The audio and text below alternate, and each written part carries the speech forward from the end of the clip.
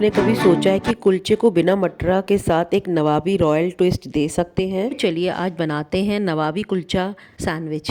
ये देखते हैं इसको बनाने के लिए हमें किन सामग्री की आवश्यकता होगी। इस सैंडविच की खास बात ये है कि ये एक स्पेशल मसाले और मलाईदार पनीर की स्टफिंग से बनकर तैयार हुआ है और ये बनाने में बहुत ही आसान है और इसे हमने कुलचे के साथ बना के तैयार किया है, बाहर से क्रिस्पी और अंदर से क्रीमी। आइए देखते हैं इस रेसिपी को बनाने का तरीका। सबसे पहले मैं एक बोल में फ्रेश दही ले लूँगी। उसके बाद मैं इसमें फ्रेश मलाई ऐड कर दूँगी। यहाँ पे मैंने क्वांटिटी पहले से बता रखी है। यदि आप पे फ्रेश मलाई ना हो तो आप फ्रेश अमूल क्रीम का इस्तेमाल कर सकते हैं। इसके बाद मैंने यहाँ पे नमक, काली मिर्च और बिरयानी मसाला डाल दिया है और इसमें मैंने चिली फ्लेक्स भी डाले हैं। इसके बाद मैंने यहाँ पे अपनी कटी वेजिटेबल्स ऐड कर दी हैं। यहाँ पे मैंने प्याज, टमाटर, शिमला मिर्च का इस्तेमाल किया और हरी मिर्च का इस्तेमाल किया है। यदि आप पे कॉर्न्स हो तो इस समय आप कॉर्न्स भी ऐड कर सकते हैं और इन सब चीज़ों को दही क्रीम वाले मिक्सचर में अच्छे से मिक्स करेंगे।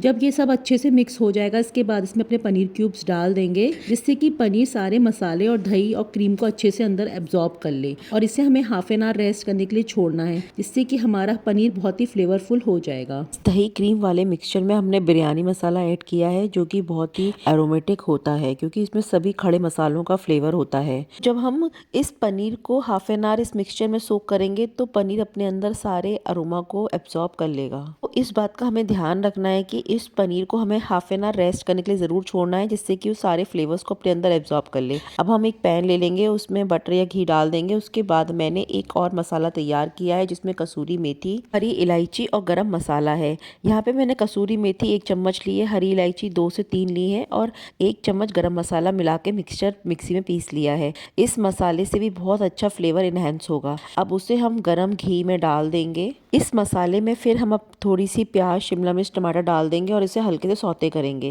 जब ये मसाला अच्छे से सौते हो जाएगा, उसके बाद जो हमने अपना पनीर सोक किया था अपने दही और मलाई के मिक्सचर में, जिसमें हमने बिरयानी मसाला भी ऐड किया था, उसे हम इस मिक्सचर में डाल देंगे, जिससे कि उसमें बहुत अच्छा फ्लेवर इनहेंस हो जाएगा और इसे हमें ड्राई होने तक भूनना है। ध्यान रखें कि हम इस पनीर के मिक्सचर में नवाबी फ्लेवर डाल रहे हैं, इसलिए हमने दोनों मसालों का प्रयोग किया है। इससे पनीर में बहुत अलग लेवल का अरोमा आ जाएगा और बहुत ही टेस्टी और शानदार ये बनके तैयार होगा। इस पनीर की फिलिंग को हमें ड्राई होने तक भूनना है। यदि आप इस पनीर की फिलिंग की सैंडविच बनाना नहीं चाहते हैं तो आप इस फिलिंग को रोटी या परांठे या चावल के साथ ऐसे ही इंजॉय कर सकते हैं। ये बहुत ही टेस्टी सब्जी बनके तैयार होगी। अब आप देख सकते हैं कि धीमी आंच पे मेरा पनीर भून रहा है और इसमें से हमें बस थोड़ा सा ड्राई करना है। सारा हमें इसका जो पानी रिलीज हुआ है वो सुखाना है। अब इसके बाद यहाँ पे मैं सैंडविच बना रही हूँ, तो इसमें मैंने 1 टेबलस्पून टोमेटो केचप डाल दी है, जिससे कि इसका फ्लेवर और बढ़ जाएगा। यदि आप थोड़ा तीखा खाना चाहते हैं तो इस समय पे आप 1 टेबलस्पून रेड चिली सॉस भी इसमें ऐड कर सकते हैं।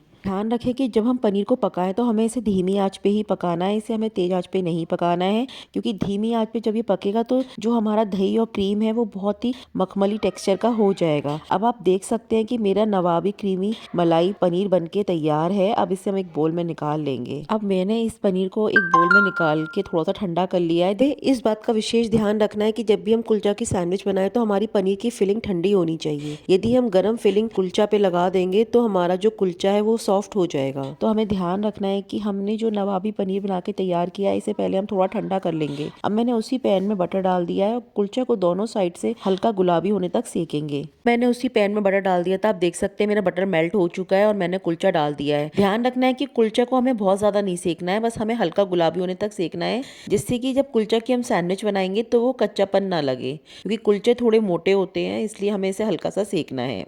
अब आप मेरी वीडियो में देख सकते हैं कि उलट पुलट के मैंने इसे दोनों साइड से बहुत हल्का गुलाबी होने तक सेक लिया है और मेरा कुलचा सिक चुका है। आप देख सकते हैं बहुत ही हल्का मैंने इसे सेका है। अब मैंने उसी पैन में अब तक एक कुलचा और डाल दिया, जिससे कि वो भी सिक जाए। अब मैं इसे बीच से कट करूंगी। इसके बाद मैंने एक सॉस बना के तैयार की है, जिसपे कि मैंने मेयोनीज ली है 2 चम्मच और उसमें 1 चम्मच केचप डाला है टोमेटो। यदि आप तीखा खाना चाहते हैं तो इस सॉस में 1 चम्मच रेड चिली सॉस ऐड कर सकते हैं और उसे अच्छे से मिक्स कर लिया है। और अब इस सॉस को हम अपने कुलचा बेस पे अप्लाई करेंगे। मेयोनीज लगाने से ये होगा कि कुलचा में बहुत अच्छा सा एक लेयर आ जाएगी जो कि बहुत ही अच्छी लगेगी और हमारी सैंडविच को बहुत रिचनेस मिलेगी। अब मैंने ये मेयोनीज वाली सॉस बनाई थी जो वो लगा दी है। यदि आप स्किप करना चाहें तो स्किप कर सकते हैं, आप सिंपल टोमेटो केचप का भी इस्तेमाल कर सकते हैं, ये बिल्कुल ऑप्शनल है। इसके बाद जो हमने नवाबी पनीर की फिलिंग बना के तैयार की थी उसे अपने कुलचा पे सेट कर लेंगे। आप मेरी वीडियो में देख सकते हैं कि किस तरह से मैं इसकी फिलिंग को बहुत अच्छे से सेट कर रही हूँ। अब इसके बाद यहाँ पे मैंने प्रोसेस चीज ली है। मिक्स चीज का ब्लेंड भी आता है, आप चाहें तो मिक्स चीज भी ले सकते हैं। कोशिश करें कि इसमें मोज़रेला चीज का इस्तेमाल ना करें। इसके बाद मैंने जो पीस कट किया था कुलचा का, इसे ऊपर से रख देंगे और इसकी एक सैंडविच बना के दोबारा से पैन में अच्छे से हम टोस्ट करेंगे। हमें इसे ब्राउन होने तक टोस्ट करना और चीज़ भी हमारी अंदर से मेल्ट हो जाएगी। अब आप देख सकते हैं कि पैन में मैंने जो दूसरा बेस रखा था वो भी मेरा सिक के तैयार हो चुका है। मैं आपको उसकी भी सैंडविच बना के दिखा रही हूँ जिससे कि आप दोबारा से आसानी से सैंडविच की प्रोसेस को समझ सकें। इससे पहले हमने कुलचे को दोबारा दोनों साइड से हल्का गुलाबी सेक लिया था, फिर इसे बीच से कट कर लिया है और जो हमने सॉस बना के तैयार की थी वो दोनों पीसेस पे हमने अप्लाई कर दी है। हमने जो पनीर की नवाबी फिलिंग बना के तैयार की है उसे अच्छे से चारों कॉर्नर्स पे सेट कर देंगे। उसके बाद हम इसमें चीज लगाएंगे और यदि हम टेस्ट के अकॉर्डिंग इसमें चिली फ्लेक्स डालकर इसे पैन में दोबारा से टोस्ट करेंगे। अब मैंने जब फिलिंग को एक साथ फैला दिया था कोने तक, उसके बाद यहाँ पे मैंने चीज़ का इस्तेमाल किया है। यहाँ पे मैंने मिक्स चीज़ ब्लेंड लिया था, आप कोई भी प्रोसेस चीज़ या पार्मेजान चीज़ ले सकते हैं, मगर इस कुलचा सैंडविच में आप मोज़रेला चीज़ का इस्तेमाल ना करें क्योंकि मोज़रेला चीज़ का एक अपना फ्लेवर होता है जो कि इस सैंडविच के जो नवाबी फ्लेवर को दबा देता है। आप ध्यान रखें कि हम इसमें प्रोसेस चीज़ या चेडार चीज़ का ही इस्तेमाल करें।